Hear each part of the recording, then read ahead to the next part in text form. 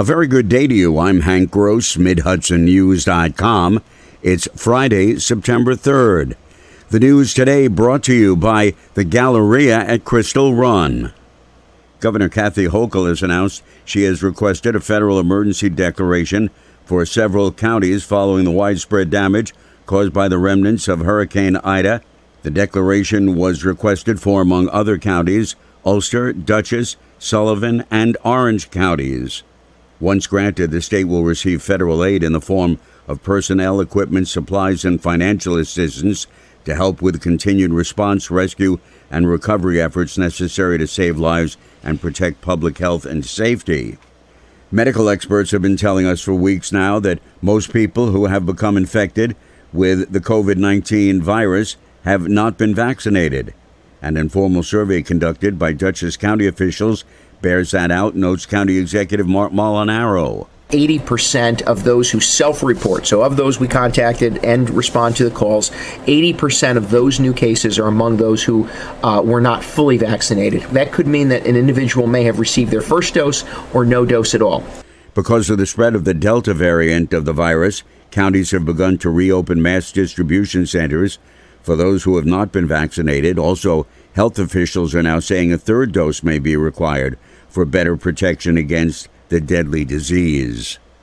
A Saugerties man pled guilty yesterday in Albany federal court to conspiring to commit bank fraud and conspiring to commit wire fraud, and admitted to fraudulently obtaining close to $4.9 million in government-backed loans meant for businesses struggling for the financial effects of the COVID pandemic.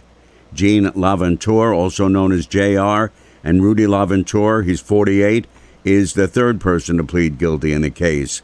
Laventure admitted to conspiring with Sean Andre to obtain $4.3 million in Paycheck Protection Program loans between June and August of last year by submitting fraudulent loan applications in the names of 4 companies Laventure controlled. Each loan application grossly misrepresented each company's employees and their payroll. More news in just a moment.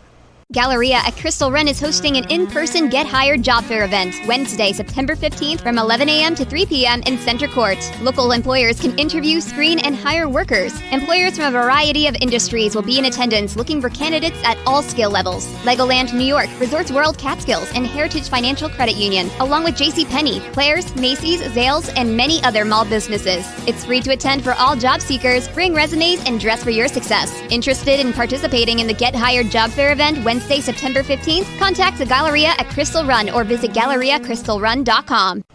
Current and former students, along with some parents, attended the Middletown School Board meeting last night to show support for school administrator Omar Perez and condemn the school administration's actions regarding multiple transfers of his position, which he and his supporters claim were punishment in nature.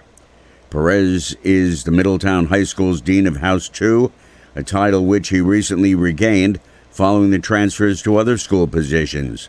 Following his claims of alleged sexual harassment incidents perpetrated by school faculty and employees to the board on June 14th, Perez claims he was soon after and without notice or reason stripped of his title. He claims this was treated like a punishment for whistleblowing and that the board was trying to cover up the allegations. I've had 0 conversations with anybody above me. 0.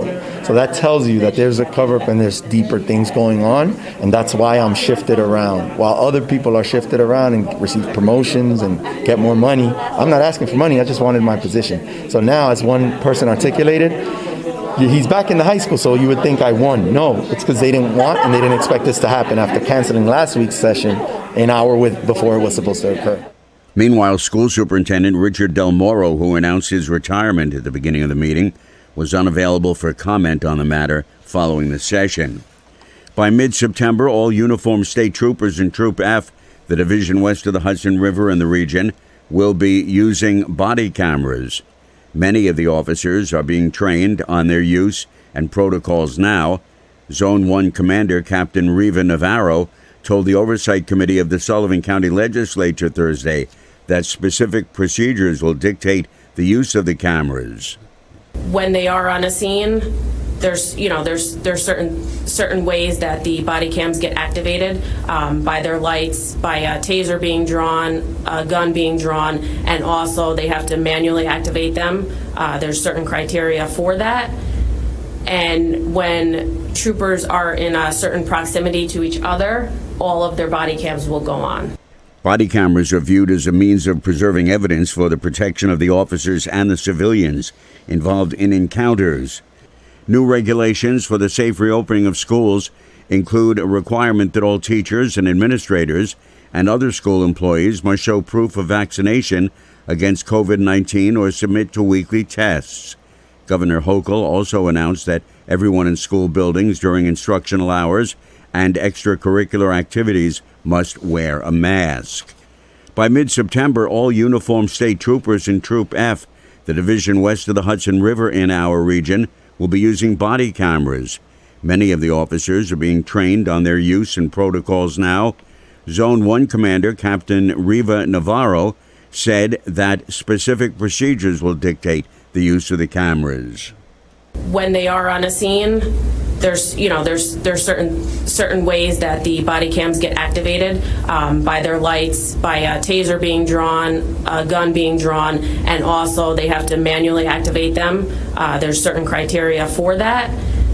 And when troopers are in a certain proximity to each other, all of their body cams will go on. Body cameras are viewed as a means of preserving evidence for the protection of officers and the civilians involved in encounters. I'm Hank Gross, MidHudsonNews.com. The news today brought to you by the Galleria at Crystal Run.